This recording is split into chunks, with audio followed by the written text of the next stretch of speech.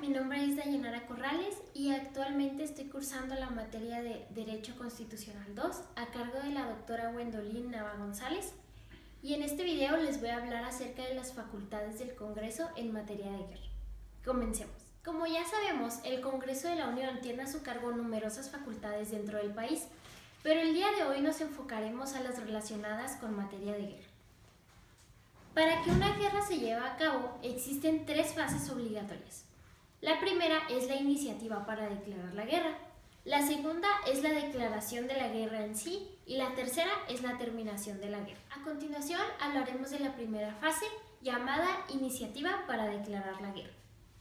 Esta facultad se encuentra plasmada en el artículo 89, fracción octava de la Constitución Política de los Estados Unidos Mexicanos, donde nos dice que, previa ley del Congreso de la Unión, se puede declarar la guerra en nombre de los Estados Unidos Mexicanos. Obviamente que esto lleva un cierto protocolo, ya que el Congreso no puede declarar la guerra si no es en vista de los datos que le presente el Ejecutivo Federal. Esto atendiendo a las disposiciones del artículo 73, fracción doceava de la misma Constitución. Esto quiere decir que la resolución del Congreso requiere una actuación previa del Poder Ejecutivo. Volviendo al artículo 89, en su fracción décima, también manifiesta que tal facultad debe corresponder exclusivamente al presidente de la República, ya que es él quien tiene la función de manejar las relaciones exteriores. Nuestra segunda fase es la declaración de guerra. Como ya lo había mencionado anteriormente, la fracción séptima del artículo 73 constitucional es la que faculta al Congreso para declarar la guerra en vista de los datos que le presente el Poder Ejecutivo. Y por otro lado, la fracción octava del artículo 89 es la que autoriza al Poder Ejecutivo para declarar la guerra en nombre de los Estados Unidos Mexicanos. Esto, como ya dijimos, es previa ley del Congreso de la Unión. En vista de que ambas fracciones que se citan otorgan literalmente la misma facultad de declarar la guerra a dos órganos distintos, como son el Congreso de la Unión y el Presidente de la República, cabe preguntarse qué función le corresponde a cada uno. Para atender a este cuestionamiento, nos apoyaremos en el libro de Felipe Tena Ramírez llamado Derecho Constitucional Mexicano, donde se habla de que el Congreso declara la guerra mediante una ley que, como tal, solo tiene vigencia dentro del país para la cual se expide. Así pues, la declaración de guerra que realiza el Congreso no produce efectos por sí misma fuera de las fronteras, sino solamente para el pueblo mexicano. Después de esta manifestación interna, concretada en la ley respectiva, es necesario hacer saber la decisión de México a las naciones extranjeras para los efectos del derecho internacional. Esta tarea incumbe al Poder Ejecutivo, es decir, al Presidente de la República, quien, como ya dijimos anteriormente, es el encargado de las relaciones internacionales. Con esto nos damos cuenta de que la declaración de guerra del Congreso es, pues, una decisión que se le hace saber al pueblo mexicano, mientras que la declaración de guerra del presidente es aquella decisión que se notifica a las naciones extranjeras. Ahora bien, la diferencia entre las dos expresiones consiste en que la declaración de guerra supone en quien la decide, es decir, la voluntad espontánea de hacer la guerra.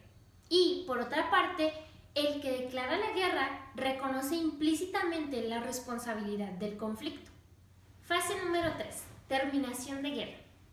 Como todos sabemos, una guerra puede durar años y en todo este tiempo miles de vidas se pierden, y no solo estamos hablando de soldados, sino también de civiles e incluso de niños. Es por esto que las guerras concluyen habitualmente con la celebración de un tratado, podríamos decirlo, de paz, el cual corresponde firmar al presidente de la República, pero siempre con la aprobación de la Nación. A pesar de que, como ya vimos anteriormente, existen varias prevenciones especiales para la iniciativa y la declaración de guerra, esto no sucede con la etapa de terminación. Con frecuencia se da la situación en que el tratado pone fin a la guerra, y es ahí donde se estipulan condiciones que que afectan el territorio de ambos países. Obviamente, estas condiciones carecen de validez mientras que el poder constituyente no lleve a cabo la reforma constitucional que corresponde. Para finalizar, les hablaré acerca de un tema que de igual forma viene aparejado con lo que son las etapas de guerra. Me estoy refiriendo al Ejército y la Guardia Nacional. Atendiendo al artículo 31, fracción tercera de la Constitución mexicana, nos dice que es obligación de todos los mexicanos alistarse y servir en la Guardia Nacional para asegurar y defender la independencia, el territorio, el honor, los derechos y los intereses de la patria, así como la tranquilidad y el orden interior del país. Está claro que no se puede obligar a los extranjeros que aún residiendo dentro del país no sean ciudadanos naturales mexicanos para servir en el ejército, a pesar de que ellos mismos lo pidieran. Y, por último, cabe mencionar también que en nuestro país actualmente la Constitución impone a los menores de 15 años el deber de recibir la educación militar en su artículo 31, fracción primera. Pero tampoco se le puede obligar a servir en el ejército a los mexicanos que no son ciudadanos, es decir, a los que no poseen el derecho de ejercicio. Con esto nos referimos a los menores de 18 años. Aunque esto sea una contradicción, es una realidad. Esto sería todo de mi parte. Espero haber desarrollado el tema de manera clara. Muchas gracias por ver este video. Hasta pronto.